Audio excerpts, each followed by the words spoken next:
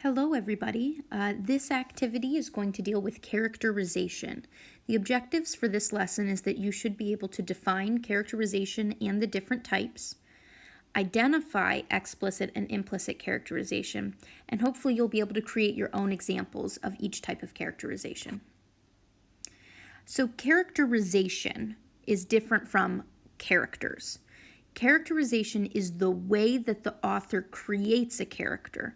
So how do we figure out who the character is and what they are like? There are two main ways, direct and indirect. As 7th graders now, we're going to start using more sophisticated vocabulary. So instead of saying the word direct, we're going to use the term explicit, but they mean the same thing. Also in the past, you've probably heard indirect characterization. We're now calling it implicit.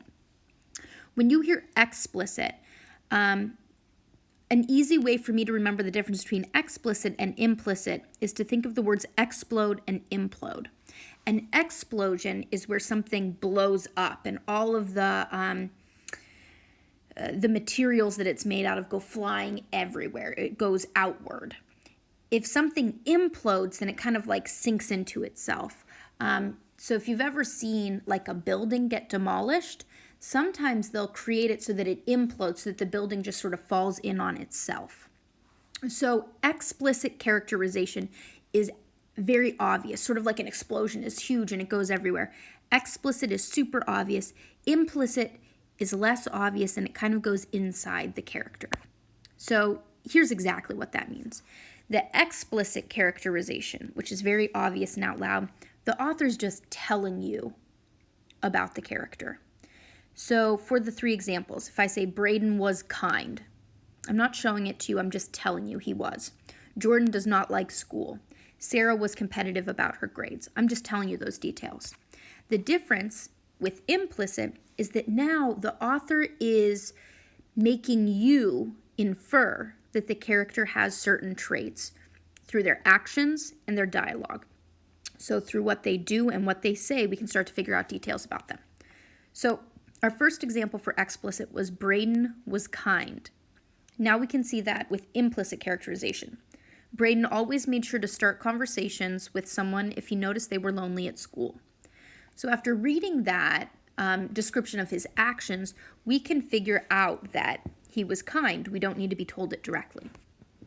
The next example here was Jordan does not like school. That's explicit. The implicit version would be Jordan stomped his way to the bus and daydreamed about summer. Our final example here, Sarah was competitive about her grades. Now, if we're getting that information implicitly, we can be told Sarah was so upset that Tina got a better grade on the quiz that she uninvited her to her birthday party. So then we have to use our brains and our skills to figure out that Sarah was competitive about her grades. Implicit is a much more sophisticated way of writing. It's a much more adult way of writing. It's also much more interesting.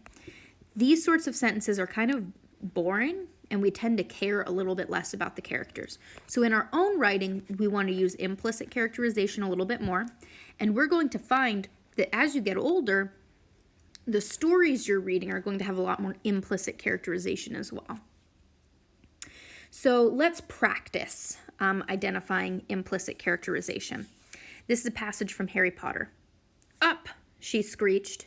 Harry heard her walking toward the kitchen and then the sound of the frying pan being put on the stove. He rolled onto his back and tried to remember the dream he had been having. It had been a good one. There had been a flying motorcycle in it, and he had had a funny feeling that he'd had the same dream before. His aunt was back outside the door. Are you up yet? She demanded. Ugh, nearly, said Harry. Well, get a move on. I want you to look after the bacon. And don't you dare let it burn. I want everything perfect on Duddy's birthday. Harry groaned. What'd you say? His aunt snapped through the door. So at no point in this passage are we told that Harry is sassy. But are there hints that Harry is sassy? Yes. Particularly that part right at the end where it says Harry groaned. That's a good indicator that Harry is sassy. Do we ever get that the aunt is mean? Do they ever tell us the aunt is mean? No. But are there plenty of details in this passage that show us the aunt is mean? Yes, there are. So now going to skip through a few of these things. I would challenge you to try creating your own examples of implicit and explicit characterization. This is not a graded activity, but it's something that's going to help solidifying in your brain the difference between the two. So explicit characterization, remember, is where you are telling us about a character. Implicit characterization is where you are giving us details about their actions or what they are saying that help us guess who they are. Okay, good luck, everybody.